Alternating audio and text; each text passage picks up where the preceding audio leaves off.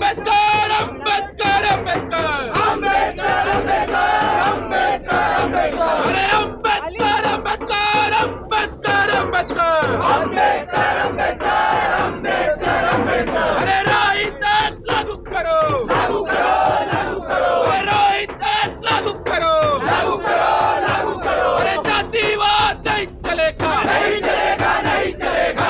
UGC की नई guidelines पर सुप्रीम कोर्ट द्वारा रोक लगाए जाने के बाद अब तमाम लोग जो है प्रोटेस्ट कर रहे हैं। दिल्ली में जंतर मंतर पर इस वक्त मैं मौजूद हूँ, जहाँ पर तमाम स्टूडेंट्स और प्रोफेसर प्रोटेस्ट कर रहे हैं और ये मांग की जा रही है कि सिर्फ यूजीसी ने जिस तरह से जो नए कानून नियम बनाए थे सिर्फ वो नहीं, उससे भी मजबूत जो है रोहित एक्ट की डिमांड की जा रही है, जिस तरह से यूनिवर्सिटियों में डिस्क्रिमिनेशन के केसेस में वृद्धि हुई है। तो हम बात करेंगे। मेरा नाम सृष्टि है और मैं अंबेडकर यूनिवर्सिटी में भी पढ़ाई कर रही हूँ। आज जो आप यहाँ प्रोटेस्ट कर रहे हैं, आप लोगों की क्या डिमांड है? यूजीसी के जो नए रूल्स थे उन पर सुप्रीम कोर्ट ने तो रोक लगा दी। देखिए, जो डिमांड है अभी एक मतलब जिस तरह से जो रेगुलेशन आया है और ये रेगुलेशन काफ़ी एक लॉन्ग टाइम का प्रोटेस्ट स्ट्रगल जो लोग बहुत लंबे समय से जो कर रहे थे, उनका आज नतीजा हमने देखने को मिला था कि सुप्रीम कोर्ट ने सरकार ने हमारे समर्थन में एक गाइडलाइंस को देता है,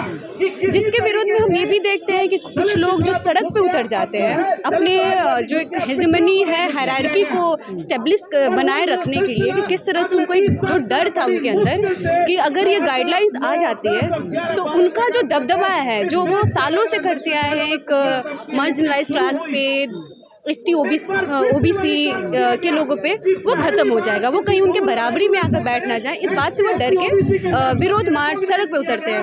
पर हम देखते हैं कि क्या जो टेबल सुप्रीम कोर्ट में बैठाई गई थी, क्या वो इतना कमज़ोर था सरकार के विपक्ष में, मतलब सरकार के समर्थन में इतना वो झुक गई थी कि मतलब इस विरोध मार्च को, विरोध जो प्रोटेस्ट जो स्टूडेंट्स ने किया उसको देख के उन्होंने स्टे लगा दिया। कह रहे हैं सुप्रीम कोर्ट की तरफ से कहा गया समाज की अखंडता और बंटवारे की जो आशंका थी इसमें। आप किस अखंडता की बात कर रहे हैं? ये समाज जो बनाया गया वहाँ पे सिर्फ एक स्वर्ण कास्ट के लोग तो नहीं थे, यहाँ पे तो मतलब एक डाइवर्सिटी है जहाँ पे हर तरह के लोग हैं, ऊंचे स्तर पे, नीचे स्तर पे, और जिसका मतलब जो सालों साल से जो स्ट्रगल है वो इक्वालिटी की स्ट्रगल थी कि ये जो बराबरी का जो हमारा लड़ाई है, अगर ये गाइडलाइंस मान लीजिए जो रोहित एक्ट जो जिसके डिमांड्स में हम यहाँ आए कि रोहित एक्ट को लागू किया जाए, आज वो एक्ट अगर पहले यूजीसी अगर लागू हो जाती तो शायद साथी रोहित हमारे साथ होते। आज जो पायल ताड़वी थी, ये जो सोलंकी थे,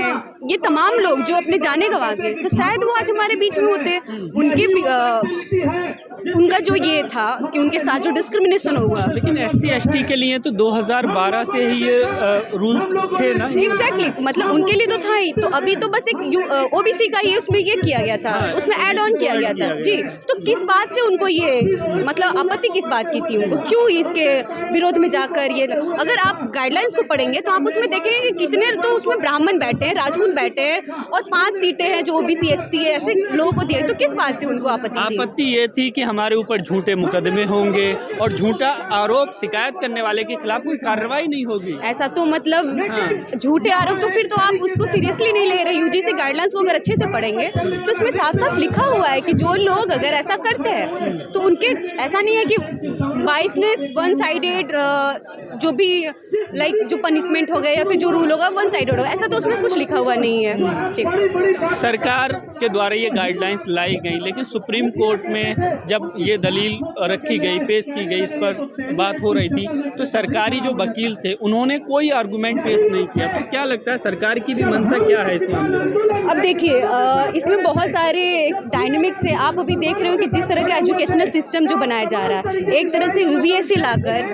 ऊपर से यूजीसी लाकर, अगर पता ही नहीं अब सरकार क्या करना चाहती है। हमें तो लगता है कि यूजीसी को भी हटा देना चाहते हैं। अचानक से जो फेवर हमारे साइड में, वो क्यों हुआ ये तो हमें भी नहीं पता कि किस प्रोपेगेंडा या फिर क्या उनका मोटिव रहा होगा इसके पीछे, कि अचानक से यूजीसी गाइडलाइंस को देना और फिर एक दिन बाद उस पर स्टे लगवा देना, सुप्रीम कोर्ट उस पर स्टे लगा देती है। ये तो मनसा हमें भी नहीं समझ में आ रहा है कि आखिर क्या चाहिए उनको। हमने देखा कि हिंदू एकता की बात होती थी, जाति पाति को विदाई करो, सब हिंदू एक हैं, और एक मामला मामला आया और लोग जो है प्रधानमंत्री तक को उनकी जाति से गाली देने लगे।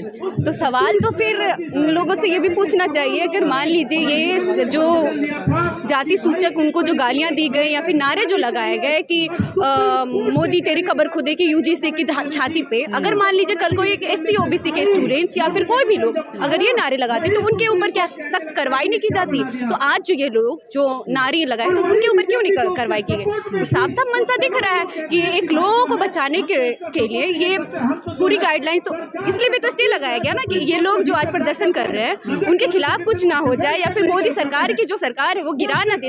ये भी एक मंशा हो सकती है। सरकार डर गई है कि इनके प्रोटेस्ट से, सवर्णों के प्रोटेस्ट से सरकार डर गई। हो भी सकता है, नहीं भी हो सकता है। इस पे हम कैसे कह सकते हैं कि उनके प्रोटेस्ट से डर गई या फिर कुछ और सोच के उन्होंने बंद कर दिया या स्टे लगवा दिया।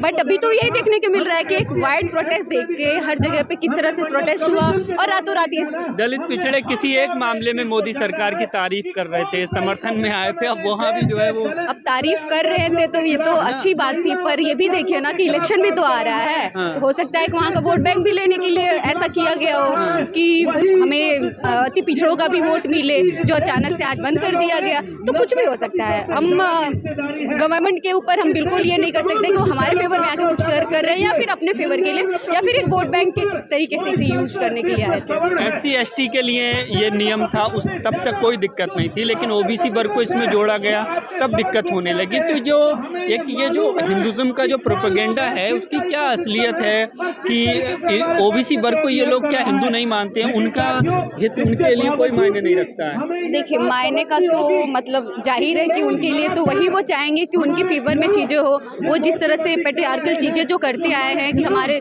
बराबरी के वो लोग नहीं है, नीचे बैठने लायक है तो हमारे जूतों में ही रहेंगे, एक साथ में वो टेबल शेयर नहीं कर सकते हैं। तो मतलब ये चीज़ आप देखिए कि किस तरह से इससे पहले भी बहुत सारी कमेटी आई थी, SC ST OBC का सेल भी आया था। तो कितने कमेटी में किस तरह से वो रन हुआ, किस तरह का मतलब जो ये बनाया गया था। पहली बार तो ऐसा कुछ आया नहीं है कि रिजर्वेशन को लेकर या फिर किसी कास्ट को लेकर या फिर दलित को लेकर पहली बार कोई कमेटी आई है। पहले भी ऐसी कमेटीज बहुत आए, पर ये बात सोचने की है कि उसको रन कौन कर रहा था।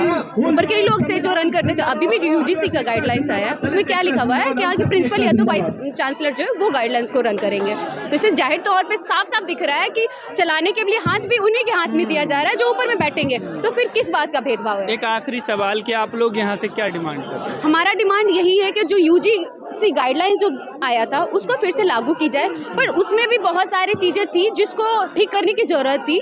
जो वाइस चांसलर वाला जो चीज़ है कि हेड ऑफ द इंस्टीट्यूशन ही उसको रन करेगा, वो चीज़ हो। और EWS को लेकर जो उसमें रिजर्वेशन के लिए दिया गया है, आप जो लोग अभी जो प्रोटेस्ट कर रहे हैं कि हमारे लिए तो कुछ नहीं है, EWS पे आप क्यों नहीं बात कर रहे हैं? वो भी तो एक मुद्दा है ना कि आप EWS को लेकर जो ऊपर मेजॉरिटी के लोग हैं, जो जनरल के लोग हैं, उनके लिए भी तो एक बैकडोर काम कर रहा है ना। तो फिर किस बात के लिए? तो हमारा साफ साफ यही आज डिमांड है कि या तो आप UGC गाइडलाइंस को लागू कीजिए, उसके साथ साथ रोहित एक्ट को भी उसमें इनेक्ट किया जाए। चलिए, थैंक यू।